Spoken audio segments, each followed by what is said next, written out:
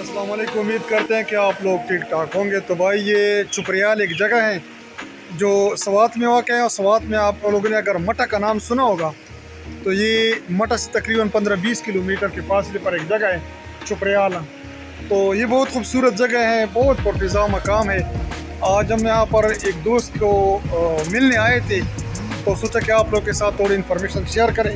रास्ते में हम जिस रोड से आए थे, जो रास्ता हमने जिस रास्ते से हम आए थे वो भी आप लोग के साथ में शेयर कर रहा हूँ।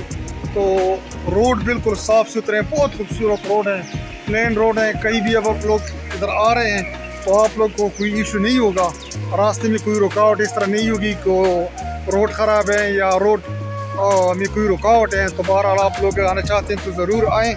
ये बहुत बेहतरीन और पुरफ़िज़ा मकाम है।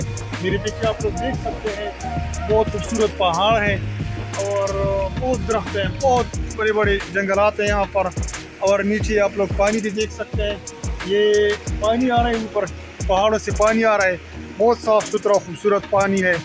तो यहाँ पर आप लोगों को बिल्कुल किसी तरह भी कोई फ़िज़ाई आलूदगी नज़र नहीं आएगी। बहुत पुरफ़िज़ा खूबसूरत मकाम है और मैं बहुत ज़्यादा इंजॉय कर रहा हूँ। आप लोग ज़रूर आ जाए, इस जगह को ज़रूर इंजॉय करें। नेक्स्ट व्लॉग में इंशाल्लाह आप लोग के साथ मुलाकात होगी। शुक्रिया।